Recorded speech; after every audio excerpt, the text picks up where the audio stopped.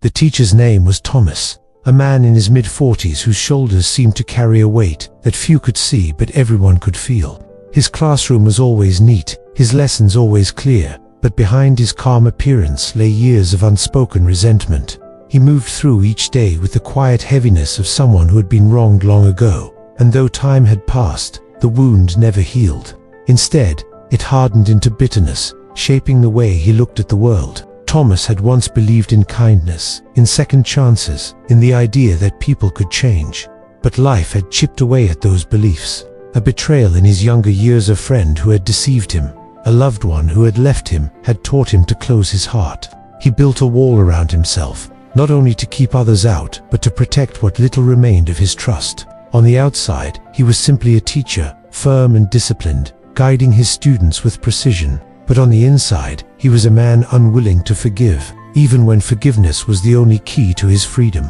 His students sensed it, though they could not explain it. They respected him, yes, but there was no warmth in the way he taught. He corrected mistakes quickly, often harshly, believing discipline was the only way to prepare them for the world. Mistakes, to him, were weaknesses that had to be erased, not lessons to be embraced. And though he never raised his voice too high, there was always a coldness that lingered in his words. One child in particular stood out to him. Her name was Lily, a small 9-year-old with bright eyes that carried an unusual gentleness. She was not the smartest in the class, often stumbling over her words when called upon, sometimes forgetting her homework, but she never let her shortcomings dim her spirit. She greeted everyone with kindness, including Thomas, who often dismissed her with little acknowledgement. One day, Lily accidentally spilled ink across her notebook, smudging an entire assignment she had worked hard on.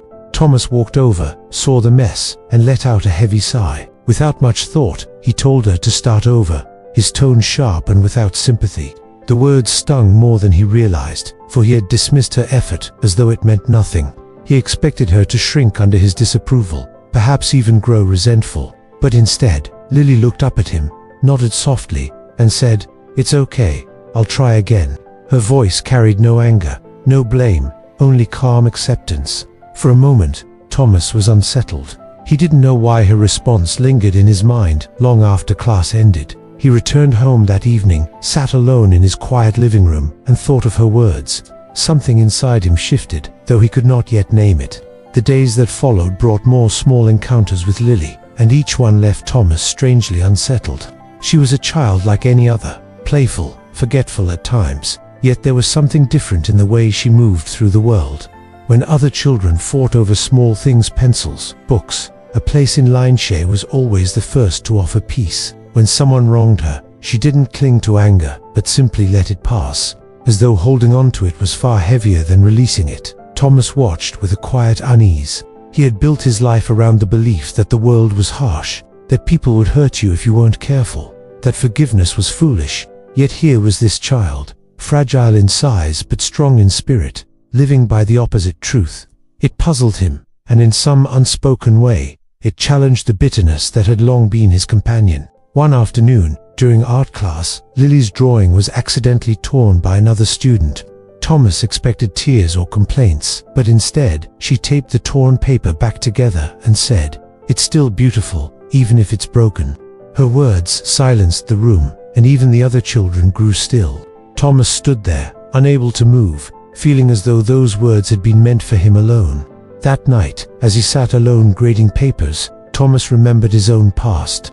The face of the friend who had betrayed him surfaced in his memory, the sting of disappointment, the anger that had never left. He realized how tightly he had held on to that anger, how it had shaped the man he had become. He had lived as though he were the torn paper, refusing to tape himself back together because he believed brokenness could never be beautiful again. The following week, a small but defining moment occurred.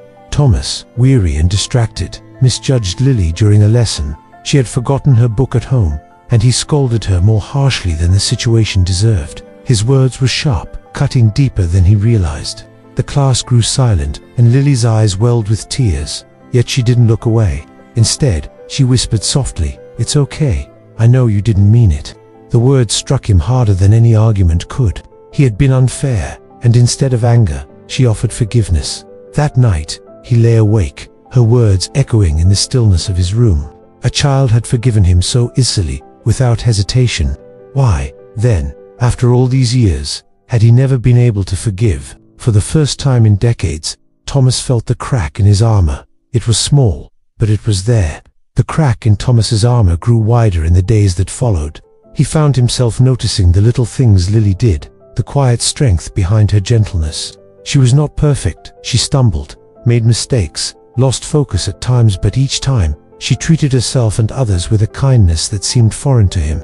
Where he would see fault, she would see opportunity. Where he would carry blame, she would release it. One rainy afternoon, the school held a small event where students read aloud their essays.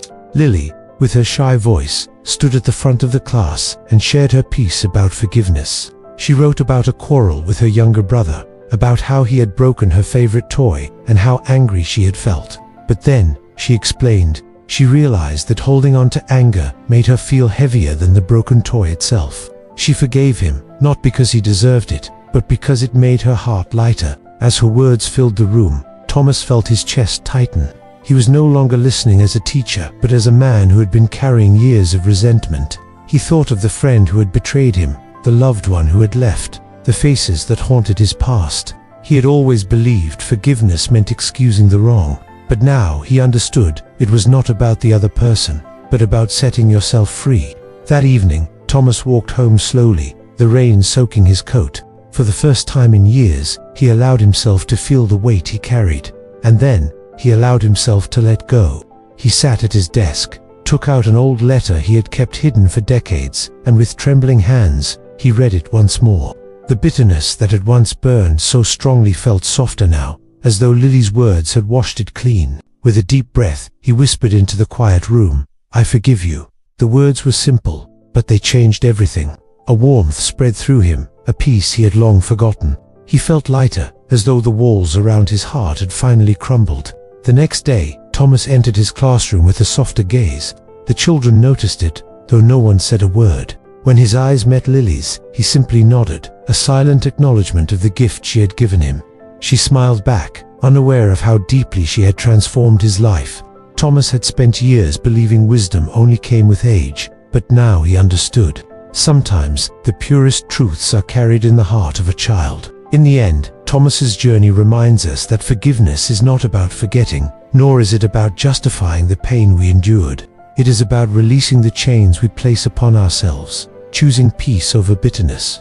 And sometimes, the greatest teachers are not those with years of experience, but those with hearts unburdened by pride. The child who taught an adult to forgive shows us that compassion has no age, and healing begins when we allow love to soften what anger has hardened. If this story touched you, consider liking, sharing, and subscribing for more heartfelt tales.